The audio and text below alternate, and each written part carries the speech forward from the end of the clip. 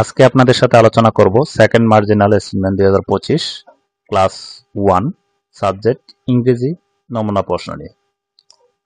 যারা প্রথম শ্রেণীর ছাত্রছাত্রীদের অভিভাবক আছেন এবং যারা টিচার আছেন তাদের জন্য এই প্রশ্নটি খুবই ইম্পর্টেন্ট এবং গুরুত্বপূর্ণ, কারণ এই প্রশ্নটির মাধ্যমে দ্বিতীয় প্রান্তিক মূল্যায়নের যে পরীক্ষাটি হবে এই প্রশ্নগুলো থেকে কিন্তু প্রশ্নগুলো করা হবে। আর এই প্রশ্নটি যদি প্রথম থেকে শেষ পর্যন্ত ভালোভাবে প্র্যাকটিস করান তাহলে আশা করি দ্বিতীয় প্রান্তিক মূল্যায়নের যে প্রশ্নগুলো করা হবে সেগুলো সহজেই তারা আনসার করতে পারবে। প্রথম শ্রেণীর অনেক স্টুডেন্ট, অনেক ছাত্রছাত্রী আছে যারা অনেক কিছুই জানে এবং বুঝে, কিন্তু তারা প্রশ্নগুলো কিভাবে আনসার করতে হবে এই সম্পর্কে ধারণা থাকে না।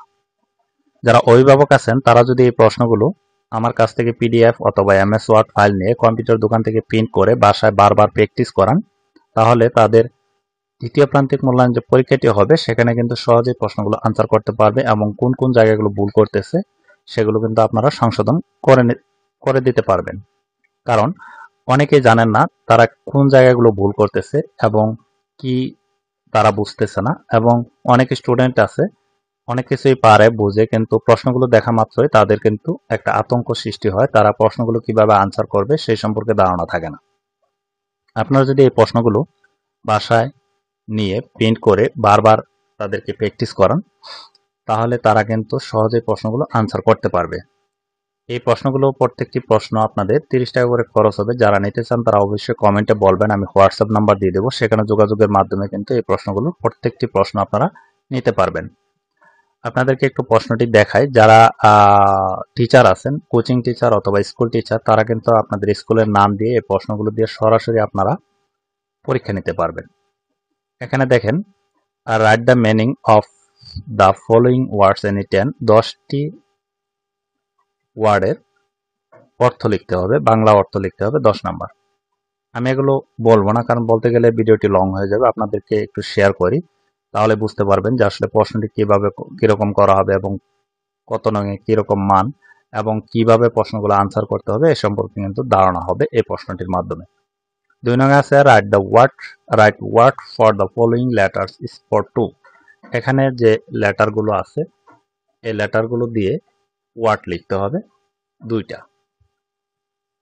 এরপর রাইট দ্য রিম, কবিতা লিখতে হবে যে কোনো একটি, 10 নাম্বার।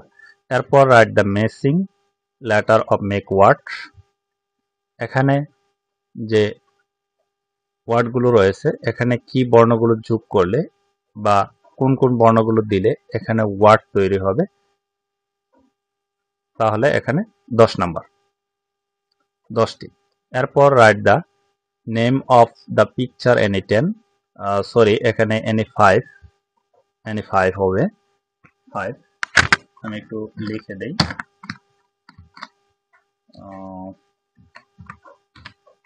5 এখানে কিন্তু 5 হবে।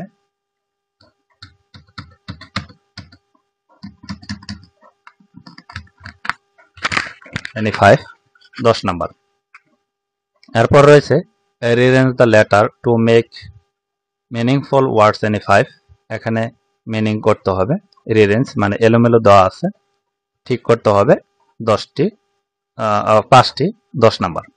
এরপর রাইট দ্য 12 মান্থ মানে 12 মাসের নাম লিখতে হবে, 10 মার্ক। এরপর right capital or small letter, যেগুলো ক্যাপিটাল আছে এগুলো স্মল লিখতে হবে, আর যেগুলো স্মল আছে এগুলো ক্যাপিটাল লেটার লিখতে হবে।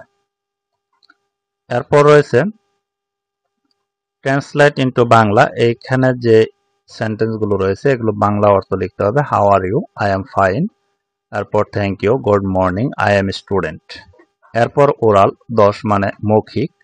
Answer the following question any 5, how are you, what is your name, what class are you in, how old are you, when do you get up, what is the name of your school, what day is today.